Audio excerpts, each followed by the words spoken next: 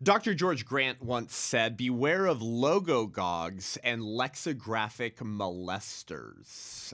What does that mean? It means beware of word tyrants and those who rape the English language, okay? Lexicographic molesters, to make it mean what they want it to mean, okay? Language is so powerful, and we're often unaware of how the forces behind our dark culture manipulate language and redefine words to attempt to reshape reality itself. There are dozens of examples of this over the last 100 years, but for the purposes of today's show, given some of the media hysteria right now around Trump's executive order trying to push more in vitro fertilization, I wanted to tell the little-known story about how the pro-abortion, leftist, sexual revolutionary Marxists successfully changed the historic, scientifically accepted definition of when human life begins from conception to implantation for very specific dark agendas. People don't really know about this story, and it's a powerful example of how changing definitions and redefining words can often redefine the reality that you live in. Beware of logogogues and lexicographic molesters. Welcome to the Seth Gruber Show.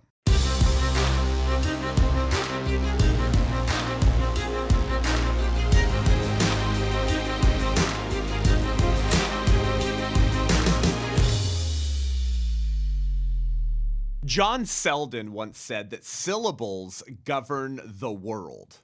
Isn't that powerful? Syllables govern the world. I guess in which case, then those who define the words would govern the world, would be the most powerful. In fact, John Locke said, whoever defines the words defines the world.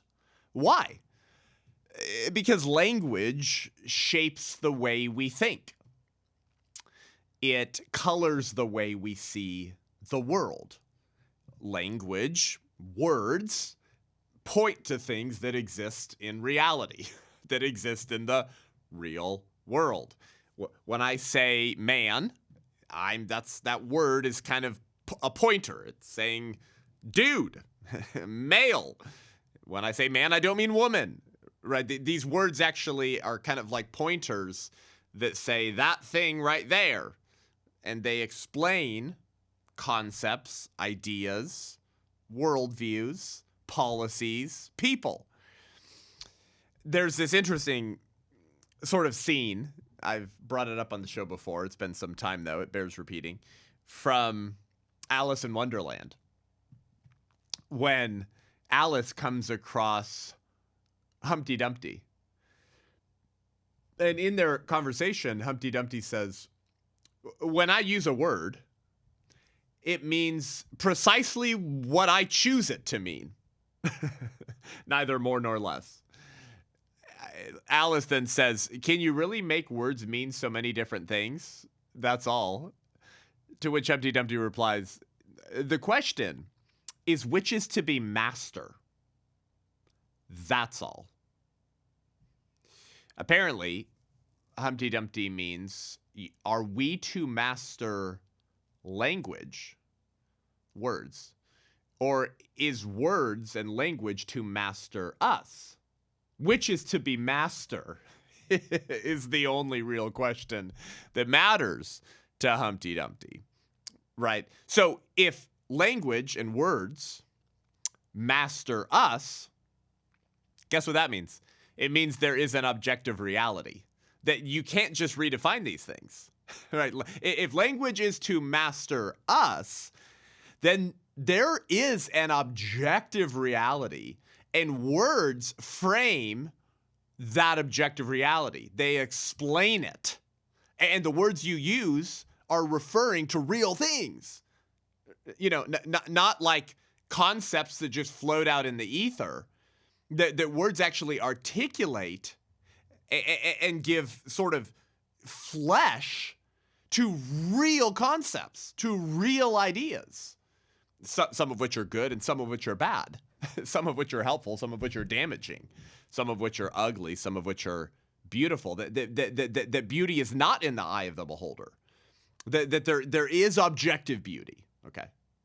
But if we're to master language, which is to be master, says Humpty Dumpty, then everything is relativistic. Everything becomes subjective. When I use a word, it means precisely what I choose it to mean. Okay, then words have no grounding in reality, if that's the case. They're just random. And you could say, I want a hamburger, but what I meant by that was I want a salad. And I want the salad to be a hamburger because that's what I meant it to mean. Oh, I'm Bruce Jenner, but actually I'm Caitlyn Jenner. Because actually, when I say man, I mean woman. Okay. We could give 100 examples. It was an incredibly prescient scene in Alice in Wonderland that epitomizes, represents, encapsulates the historic fight and battle to define the words. Rudyard Kipling said, words are the most powerful drugs used by mankind. Of course, everyone that talks about language and words and redefining everything always thinks of 1984, naturally, by George Orwell, something that you should reread if it's been 10 years or something. And Orwell explores this whole theme. It's kind of what the whole book is about. It's a repressive, bureaucratic elite attempting to manipulate the thoughts of men by controlling their language. According to the Newspeak, right? The Newspeak in 1984, words like honor, justice, morality, science, and religion just cease to exist. And rather, words like war, peace, freedom, slavery, and ignorance have their meanings completely transposed. It's a similar concept and idea that Alan Bloom deals with in his book, The Closing of the American Mind, a book you should put on your to-read list. He argues that we have begun to develop what he calls an entirely new language of good and evil, originating in an attempt to get beyond good and evil. That's a hat tip to Nietzsche, by the way. That prevents us from talking with any conviction about good and evil. Says Alan Bloom, right?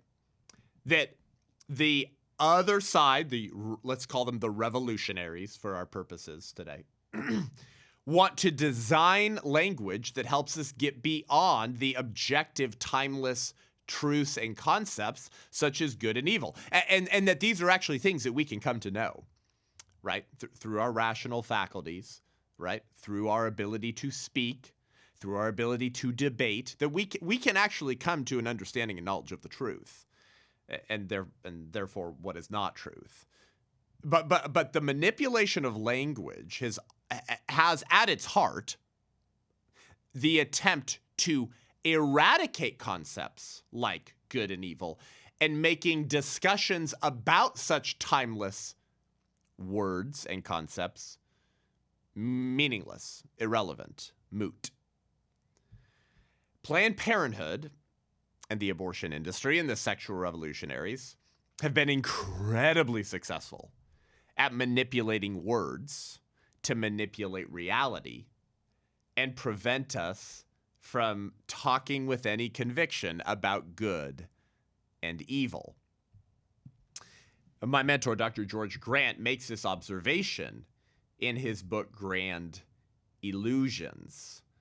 This is perhaps one of the most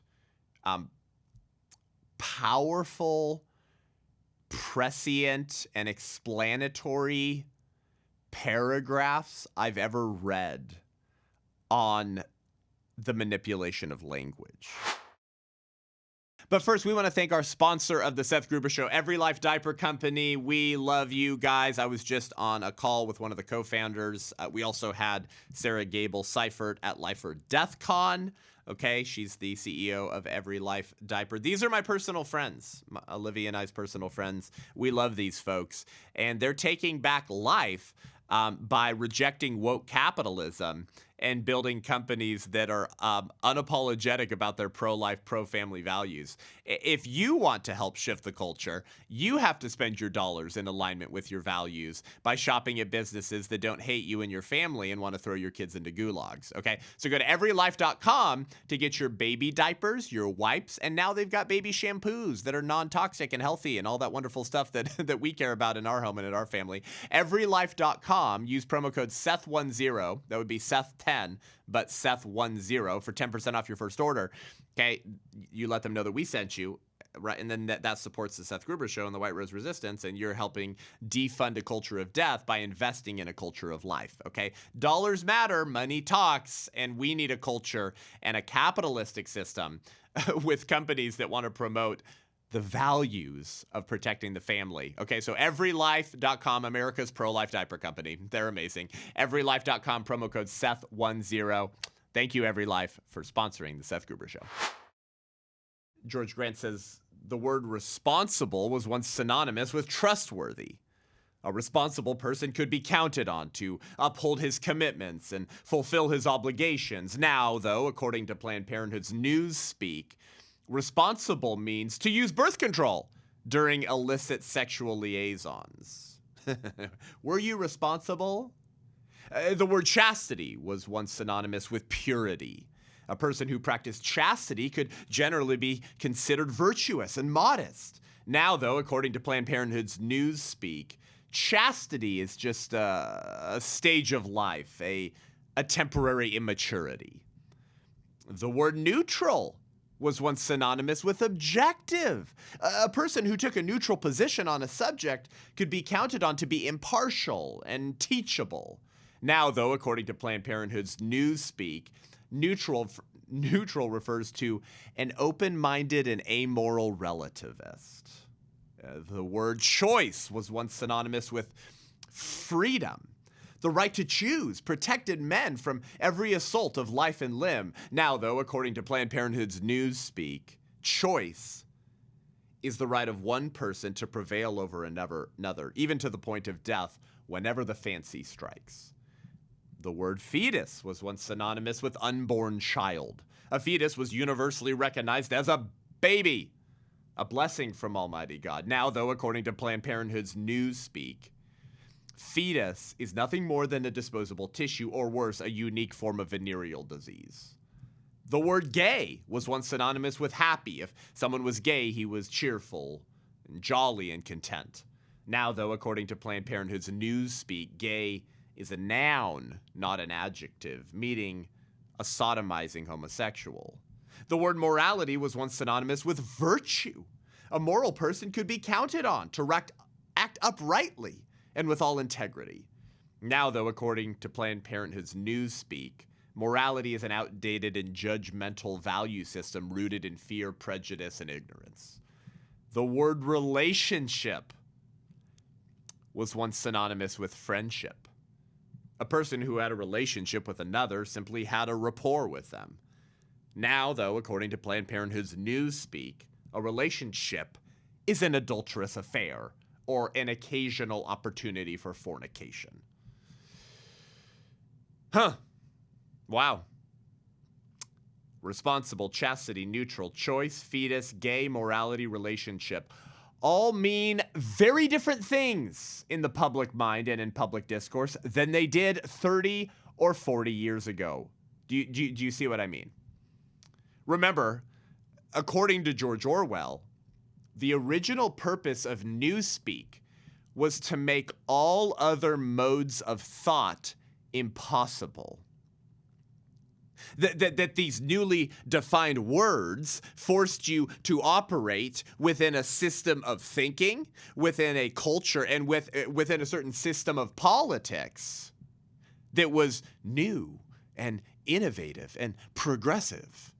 preventing you from thinking with any kind of clarity about morality or objective truths. And that these new words now mean something that they didn't used to mean because we have injected them with new definitions. You know, Mark Twain once said, the difference between the right word and the almost right word is like the difference between lightning and the lightning bug. In other words, worlds difference. So it should therefore come as no surprise that it was the radical pro-abortion sexual revolutionaries who changed the accepted definition of when human life begins. Why? Because whoever defines the words defines the world. And why did they do this, by the way? This is a very little known story. This is why I wanted to do this episode and bring this to you. This was done in order to change the public mind and remove any obstacles or potential opposition to what was at the time this newly innovative birth control pill. Yeah, we're going to go there today. That's right. I'm not talking about the abortion pill, okay? I'm not even talking about Plan B or the morning after pill, although that sort of enters into this story as well. I'm talking about the birth control pill, which many people are not aware of, can be an abortifacient. This has been sort of hotly contested, but you need to know the story behind the campaign to normalize and mainstream and popularize the birth control pill. It's one of those things where, like, when they tell you who they are, believe them. It's one of those stories of how the left will sometimes admit what conservatives are not willing to admit today. They're willing to recognize where their premises will take them or will take the public mind before conservatives are willing to do so. That's always very fascinating to me. The birth control pill is supposed to stop conception. And by the way, if you want to study deeper, you can go read Randy Alcorn's book, Does the Birth Control Pill Cause Abortions? I think it's the most heavily cited and researched book that I've read or ever discovered on the topic. But the birth control pill, blocks the hormone progesterone. It makes getting pregnant much more difficult. The second fail-safe is it creates a mucus lining, making the sperm very difficult to reach the egg, and therefore conception wouldn't occur. But I meet people all the time at events. I've been speaking publicly on the issue of abortion and the culture since, I was 19 or 20. And for over a decade, I've had people come up to me and say, my mom was on the birth control pill when she conceived me. So we know the birth control pill is not 100% foolproof. But what happens if a woman gets pregnant, conception occurs while she's on the birth control pill? Well, one of the final fail-safes that can happen is the prevention of implantation, the flushing of the uterus, okay, that would then lead to the early destruction of a brand newly conceived human being. And many people don't know this. But, of course, these abortions, when they happen, would happen so early that the women to whom they happen would not know that an early abortion occurred. But it doesn't make it any less tragic that a new human being with a unique DNA and life had their days cut short. So what's the story behind this, right? Because it is a battle over words. It's a battle over language, which one could say is actually the most important battle in any civilization. It's always from language, okay, and the redefinition of terms that the rest of the political and cultural battle comes from.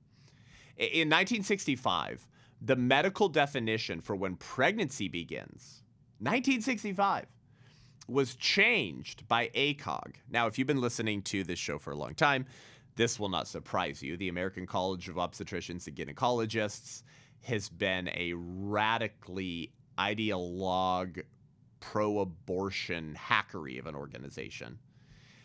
And in 1965, they changed the definition of when human life begins. So what's the story here? Back in 1959, at a Planned Parenthood Population Council symposium, so all the eugenicists, okay, Dr. Brent Boving argued for changing the definition of when human life begins by moving the date of conception from when fertilization occurs to when implantation occurs. And here's what Dr. Brent Boving said at a Planned Parenthood Population Council symposium. He said that the social advantage of birth control being considered to prevent conception rather than to destroy an established pregnancy could depend on something so simple as a prudent habit of speech. End quote. Language. Depend on a prudent habit of speech. In other words, we need to use the right language and terms to describe what we're attempting to do here. In 1964, Dr. Christopher Tietze pushed this propaganda even further. He was worried that many religious and legal scholars would always accept medical consensus as authoritative and factual. He said, quote, if a medical consensus develops and is maintained that pregnancy and therefore life begins at implantation, eventually our brethren from the other faculties will listen, end quote. Just to define terms together, okay, today, implantation is when the newly conceived human being implants in the uterine wall. Implantation is not the same thing as fertilization or conception, okay, just to be clear. Human life begins at the moment of conception. Fertilization is another word for conception. Implantation is when the newly conceived human being, it's not a fertilized egg. Fertilized egg is a misnomer, by the way, okay? Because once an egg is fertilized, there's no longer an egg, okay? Now you have a new human being. Implantation is when that new zygote, which is a term to refer to a human being at a very early stage in their physical development, implants in the uterine wall, okay? So Christopher Tietze in 1964 says, if a medical consensus develops and is maintained that pregnancy, and therefore life, begins at implantation, eventually our brethren from the other faculties will listen. Well, guess what? Christopher Tietze would later win the Planned Parenthood Federation of America Margaret Sanger Award for contributions to the pro-abortion movement. Okay, are you starting to see the agenda? The definition of when human life begins was changed by the pro-abortionist eugenicist logogogues and lexicographic molesters from conception to implantation because the new birth control pill that they wanted to mainstream and popularize and make a lot of money off of could have and does have a potential abortifacient mechanism if you still get pregnant. And because broadly human life was accepted by the public to begin at the moment of conception, that has to be changed if you're going to get broad support for this new birth control pill. Stedman's Medical Dictionary also changed the definition of conception. In the 26th edition, published in 1995, conception is defined as taking place at the moment of fertilization or conception when the egg and sperm come together. Okay, that was the 26th edition in 1995. The 27th edition of Stedman's Medical Dictionary, published in 2000, changed the definition from conception to the end of the implantation process, which can happen up to 2 weeks after conception. Okay, these are radically different definitions of when human life begins. So, while birth control pills work primarily to prevent conception, they also have a potential secondary effect of preventing an already conceived human being from implanting in the uterine wall. If the definition of when human life begins is changed from conception to implantation, then Plan B, okay, or the morning after pill, and the birth control pill would now be completely morally acceptable, given what? The redefinition of language and terms. By the way, Planned Parenthood's own website has stated this about the pill. They've said the hormones also thin the lining of the uterus. Planned Parenthood has said, in theory, this could prevent pregnancy by keeping a fertilized egg from attaching to the uterus. Once again, there's no such thing as a fertilized egg. what they mean is a new zygote, a new human being. This is Planned Parenthood. Their own website has said this. This could prevent pregnancy by stopping or keeping a fertilized egg, a new human being, from attaching to the uterus. Planned Parenthood is clear, okay? Early destruction of a human life post-fertilization is possible with the birth control pill. So with this new definition of when human life begins, Planned Parenthood can say this on their website. They say, but emergency contraception, which is what, Plan B, morning after pill, can stop pregnancy from happening in the first place. So you use it soon after sex, but before you get pregnant. Can stop pregnancy from happening. Well, because they've defined pregnancy as implantation, not conception, because they've defined new human life as beginning at implantation and not conception. In order to avoid a public relations nightmare in the 60s, okay, that would have happened in labeling the birth control pill as a potentially abortifacient drug, a new definition of conception was needed. A new definition of when human beings come into existence was needed to overcome these obstacles. And the American College of Obstetricians and Gynecologists, ACOG, lined up to help with zero scientific evidence to justify this change. The American College of Obstetricians and Gynecologists redefined conception to this, quote, the implantation of a fertilized egg, end quote. With zero explanation as to what justified the change, with zero scientific evidence to explain this newly discovered definition of when human life begins. Mission accomplished. Until 1965, the definition of conception had been based on scientific facts, that it was the moment of conception. But now the new definition will be based not on facts, not on the science, but on ideology. Because ideology is the extrapolation of and the arranging of words to explain one's moral, philosophical, and political beliefs. And this, despite the fact that we've known when human life begins since the 1800s. This is something that the pro-abortion medical establishment doesn't like to talk about. But Dr. Horatio Storer, in 1868, wrote a book called Criminal Abortion, Its Nature, Its Evidence, and Its Law. Okay? He was part of American Medical Association's Committee on Criminal Abortion. This is a book from 1868, and it says, physicians have now arrived at the unanimous opinion that the fetus in utero is alive from the very moment of conception. They said the willful killing of a human being at any stage of its existence is murder. That was 1868. That it was a unanimous opinion that the fetus in utero is alive from the moment of conception. Even Alan Guttmacher, who became the president of Planned Parenthood after Margaret Sanger died, said in his book, Life in the Making, regarding when people knew when human life begins, not only did he acknowledge it began at the moment of conception, he said, quote, this all seems so simple and evident that it's hard to picture a time when it wasn't part of the common knowledge, end quote. It was common knowledge, according to the president of Planned Parenthood in the 60s, that human life begins at the moment of conception, okay?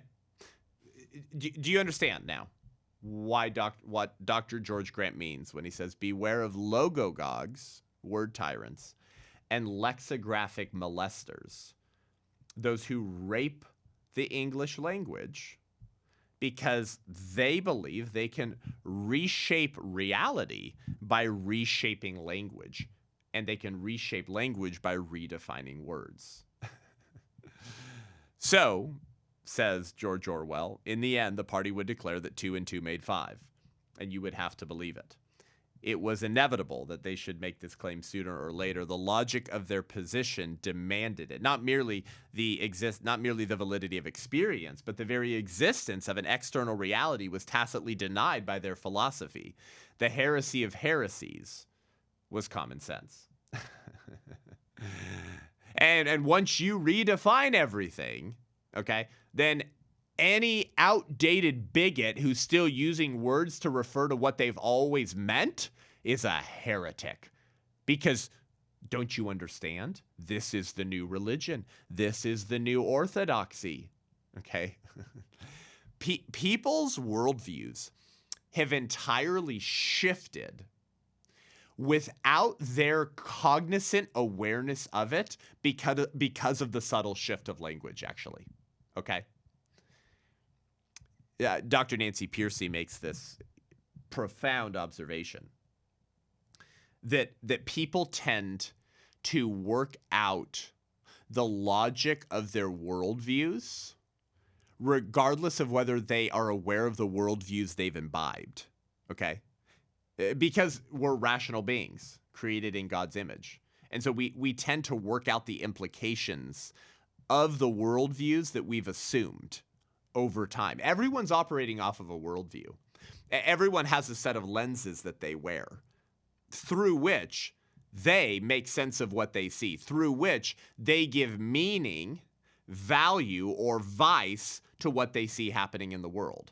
Everyone has these lenses. Some of those lenses are very different than other people's, but we're all wearing lenses through which we see the world and try to make sense of it. And language is what gives shape to those worldviews. Once you shift the foundations of worldview by redefining language, the trickle-down effect of that is that people will begin to think differently about things that they used to put in different boxes. So gay no longer refers to a sodomizing homosexual, okay? Oh, sorry, no longer, it now refers to a sodomizing homosexual rather than jolly and happy and, excited, okay? Responsible now means, did you use a condom? Not, are you trustworthy? Choice no longer means freedom. It means the exercising of power over the most innocent. Morality is no longer means virtuous. Okay, it means all those fundamentalist Christian bigots imposing their worldview on us. And by the way, they've done the same thing with healthcare, haven't they? Right, healthcare used to mean that doctors whose job was to preserve and promote life and never do harm would care for the patients entrusted to them. Now, healthcare means the right to kill and murder unborn babies and also to sexually mutilate gender-confused minors. And these phrases like gender-affirming healthcare, reproductive justice. Justice is another word that's been redefined. That shapes the way the public thinks about those issues.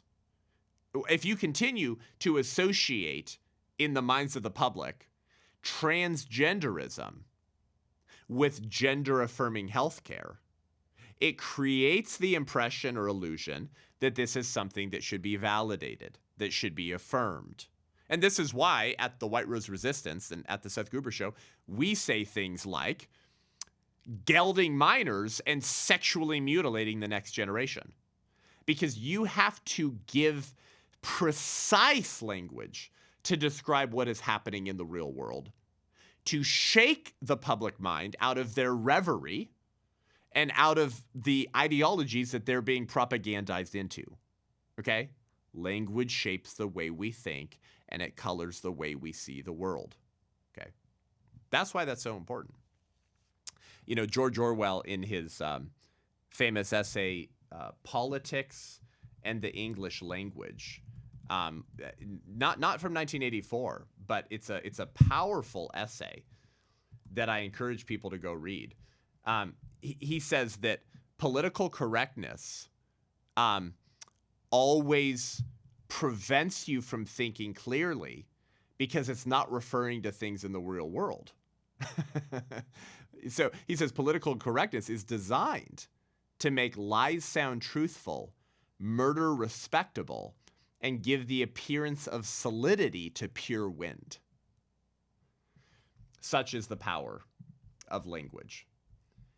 So now we have a culture and even a pro-life movement in America that is, by and large, very supportive of the birth control pill, and largely unaware and ignorant of the fact that it can be an abortifacient, that it can cause an early abortion when it fails to prevent conception by preventing the implantation of a brand new human being who's already in existence. Yeah, redefining language has a lot of consequences. This might be one of the most powerful examples in the 20th century. How many new innocent human beings have lost their lives unbeknownst to their own parents because of the popularization and widespread use of the birth control pill, which would have been largely rejected wholesale in the early 60s, if not for the redefinition of when human life begins with the American College of Obstetricians and Gynecologists and Planned Parenthood's practitioners of the culture of death. Words are the most powerful drugs used by mankind, said Rudyard Kipling. Ideas have consequences, and bad ideas have victims. And expect a lot more of this in the coming years, unless the culture changes and the church retakes her place as the moral conscience of the country. Only those grounded in objective truth, grounded in the Christian traditions that birthed this country and made us great, will be the ones able to transform this civilization and culture back to something that I think we all long for and miss, regardless of whether we can put words to that or not. I would like to make the words responsible, chastity, neutral, choice, fetus, gay, morality, relationship, and healthcare resemble something like they used to resemble. I think that would be good for the culture. I think that would be good for the country. But all of this stuff is usually not recognized by the public until years after it's already happened. The subtle shift in language happens very slowly and very subtly and very incrementally. So it's always in the small things that the rot grows. And it's often in the small things that the battle matters the most, right? The Bible says, do not neglect small beginnings. Okay, it's in the small things that we should be most attentive. And it's actually in the small instances and the small choices of our lives, in our families and with our children, that civilizations either decay or shift. The battle always begins at home. The battle begins in how we raise and disciple the next generation, for they will be the ones to pick up the reins of this republic. They will be the new leaders, the new businessmen, the new entrepreneurs, the new innovators, and the new politicians who will take the mantle of Western civilization and America. And if we can't articulate the importance of ideas and language, and by the way, and the beautiful traditions that Western civilization and English literature have created to our children and the next generation, we can't expect them to be able to stay the madness and stand boldly with a different vision of what human flourishing looks like in our post-Christian age. Okay, so go home. Love your children, kiss your wife, take her out on a date, write her a poem, make your children memorize poetry and scriptures and lines from Narnia, Lord of the Rings, and Shakespeare. For in those little things, over the next 30, 40, 50 years, we may begin to see Western civilization shift back to something true, good, and beautiful. Thanks, guys, for tuning in today. Head on over to iTunes, Spotify, YouTube. Give the show a rating and review. Let us know what you think. Share this episode with someone, huh? Maybe that's never thought deeply about why language and words matter so much with this horrific example of the definition of human life being redefined. I am going to be in Europe.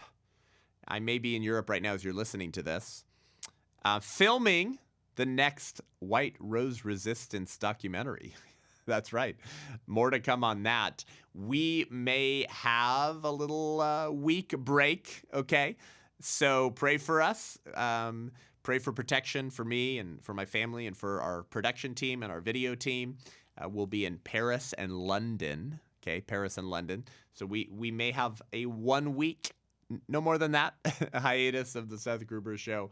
But know that we're putting your support, your prayers, and your dollars to good work here to build the kinds of movements and culture-shaking, shifting films that will awaken the church to retake her mantle of Christian resistance before it's too late. Hey guys, are you an ally of the White Rose Resistance? Go to thewhiterose.life, and if you sign up as an ally at $35 a month, you get a battle box in the mail, and you join our White Rose app. We have a White Rose app. You'll get an invite to that, and you can watch our master classes, our pro-life boot camp, our activism training, our pro-life, pro-choice dialogues, and a lot of resources, and to connect with our chapters from around the country as well. And let us know where you want a White Rose chapter to be, okay? We're all about taking these ideas at the Seth Gruber Show and living them out and applying them in the cultures, counties, and cities where we live to make a difference. So go to thewhiterose.life, and if you sign up at $70 a month as an air support